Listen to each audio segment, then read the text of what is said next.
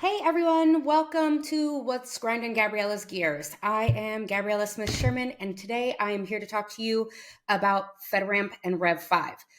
Listen, cybersecurity changes so fast, changes more than I change my hair, which is absolutely a lot. So, since the last time we've chatted, there's been a bunch of updates that I want to fill you guys in on. The first thing is Rev 5 documentation and updated templates have been posted and made available via the FedRAMP Marketplace. They post a bunch of stuff on their blog to always keep us updated. So the first thing I want to focus on is these Rev 5 templates. What are some of the major changes since the last time we have chatted? Well, these documents have been updated to reflect the Rev 4 to Rev 5 assessment control selection. We've included some information related to the OSCAL methodology in the templates, registry, and implementation guide.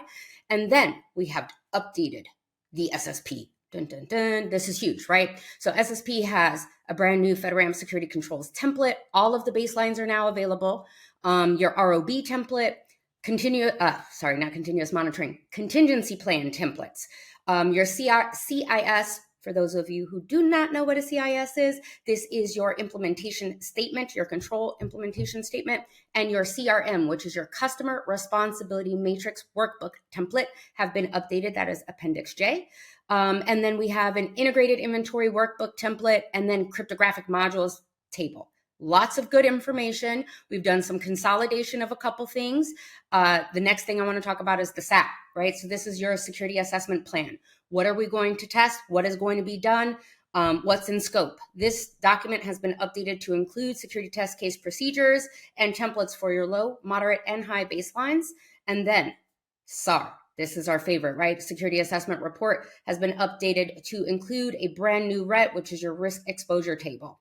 We also have a moderate and high readiness assessment report template, and then some assessment report guides that have been all updated.